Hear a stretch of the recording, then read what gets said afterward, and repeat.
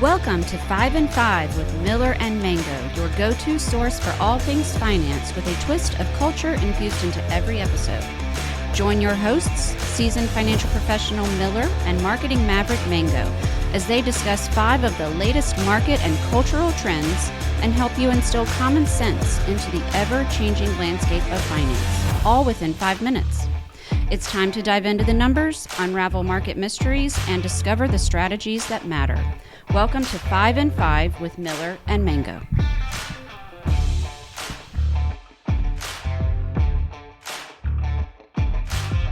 Hello, welcome back to 5 and 5 with Miller and Mango. This is our 6th episode.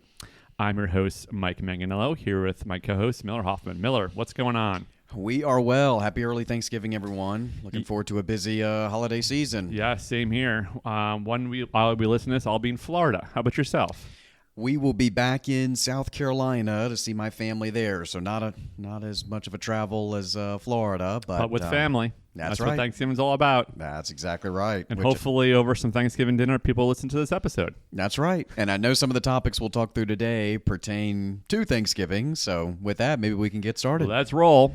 New survey came out from the Federal Reserve Bank of New York showing that U.S. consumers believe inflation will continue to ease. The labor market remains strong, and they will continue to spend more than they did pre-pandemic. Did you read that report? I sure did. And in this case, consumers are largely right. We got some really favorable numbers this week, in fact, on updated numbers inflation-wise. We got some really strong GDP figures a couple weeks ago, which we'll touch on a little bit today, too, which we feel like the Federal Reserve's probably going to pause some of the rate activity or increasing that they've done pretty aggressively so far this year and even into last year some. So that's what the numbers or the betting is on right now is we'll start to see some pauses, but some really strong numbers coming out. We'll see where it takes us for the remainder of the year. That rolls into the second point. Another report came out that said U.S. consumer prices unchanged in October. So those kind of coincide with each other, right? Absolutely. So a lot of interconnectivity between the two. Let's take a second and review what CPI, the Consumer Price Index, or what inflation even is. I think that would be valuable. CPI is a rate of change. So to hear on the news that CPI is 3.3% or 8% or 5%, it's a rate of change. So we are still expecting prices to increase, just increase at a much more manageable level than they have been over the past couple years. Okay. So expect to see some price increases. That's kind of what we've seen for quite some time now. And then there are different kinds of CPI. So some of them track what more elderly style budgets may look like, so spending much more on healthcare and not so much on college tuition, like standard CPI or CPI-U would be looking at. So if you're elderly or above the age of 62 is how CPI is going to be more aligned to you. Take a look at CPI-E, which is more geared to what your spending patterns may look like and how expensive your budget perhaps has gotten over the past couple of years. Oh, that's interesting. And talk about spending going up and being the holiday season upon us. The airlines predict record Thanksgiving U.S. holiday travel, which is crazy.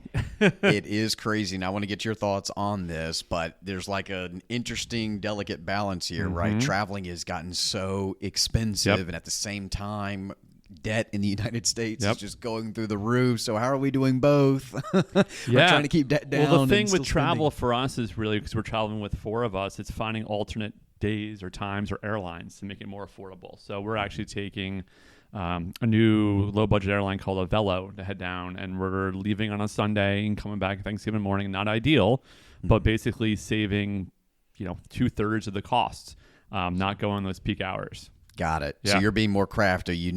We know we want to be here at this particular time or generally in this time, but we can be flexible in terms of I think it's flexibility, right? Ideally, we don't want to leave on Thanksgiving Day, but understanding that, we could save 2/3 of money by doing that. My parents were cool with that. Very good. Yeah. All right. Well, And best of luck. luckily, you're just getting in the car. You don't have to deal with the airports. That's right. I just have to go to the gas station, and hopefully prices will stay lower there too. But All right, staying on the Thanksgiving theme, let's talk about some, I don't know if I want to call them debates, but maybe some conversations around the dinner table.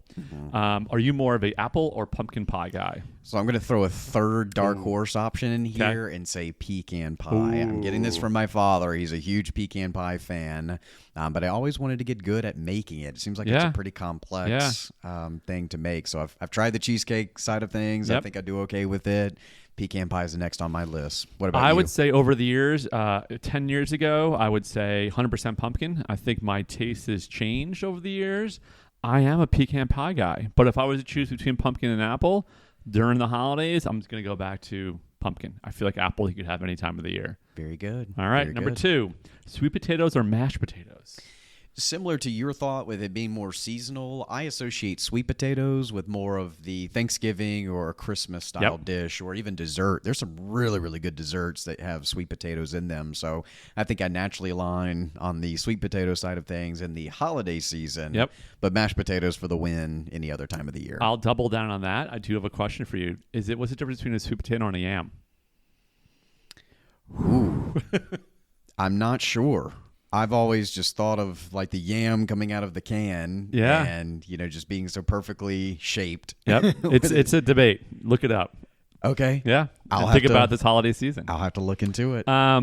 Are you more the entree of the turkey or more the sides? Not a huge turkey guy. Yeah.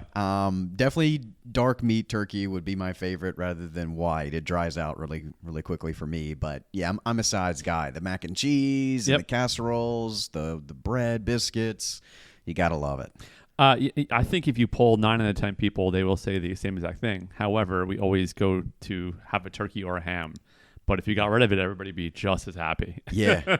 We challenged. I guess it's that tradition thing. Yeah, we challenged that last year. We had nice ribeye steaks, just our family, because we're not big turkey fans. But I think we're reverting to the turkey for this year. And the tried and true tradition of NFL on Thanksgiving. Are you more of I'm going to sit down and watch the Cowboys game or the Lions game? I'm going to give you one wild guess and see what you think, which game I'm going to be watching. What do you think, Mango? The Lions. Yeah, probably not so much. I think I'm probably going to watch. I tend to watch both games, but I'm a big Cowboys fan, and we generally find ourselves in front of the TV complaining about how poorly they're playing. I'm going to go back to some of my childhood memories and watching Barry Sanders and the Lions on Thanksgiving. And I think the Lions are just a little more entertaining, usually not that good, so you never know what you're going to get. Fun fact, I actually went to a Thanksgiving game in Dallas when the Jets played them years ago. Look at that. That was a treat. And we actually had Thanksgiving meal on the plane ride home. Look at that. Yep. Well, the Lions have a pretty good team this year, and the Cowboys, we're finding our stride right now, so we'll see if we can try to continue that. Tune in. No promises. And everybody's favorite topic, explain it to me like a fourth grader. We're going to go with gross domestic product, otherwise known as GDP. What does that mean? Yeah, if you're following any news or the Wall Street Journal or anything like that, chances are you will see those three letters combined together no matter what kind of article you may be reading, as long as it's business-oriented. So GDP, gross domestic product, is basically a measure of the output of an entire entity. So in this case, we're applying it to countries or the United States specifically, which, by the way, we have the highest GDP of any other country in the world. China comes relatively close second. Essentially, we could apply the calculation or the formula of GDP really to any nation. It's really gauging the consumption, the investment, the government spending, and then the exports or net exports, rather. So what are we sending out and what are we taking in to arrive at a figure that tries to judge how well or maybe how poorly we've done in years or quarters past. So we'll generally see it reported on a quarterly basis and try to be annualized out, which is kind of the unfair part. Yeah.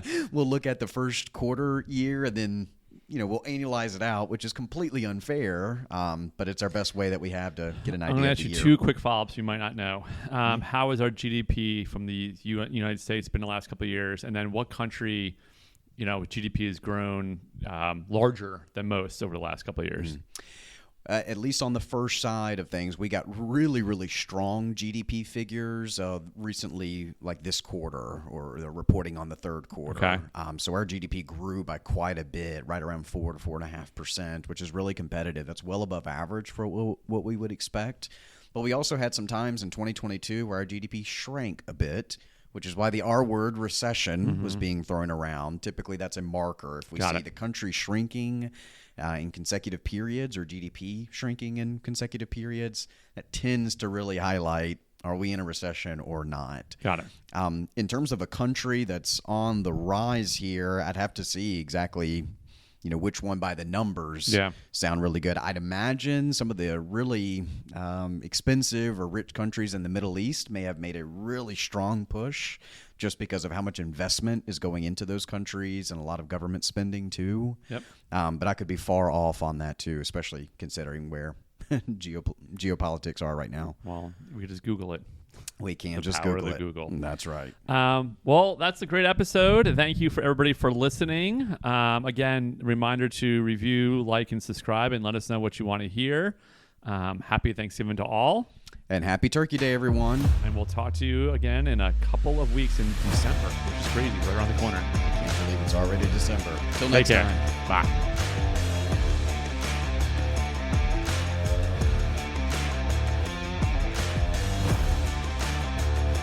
TradeWinds LLC is an investment advisory firm that is registered with the Securities Exchange Commission. Registration does not imply a certain level of skill or training. TradeWinds will not accept trade offers online, and any such request, orders, or instructions that you send will not be accepted and will not be processed.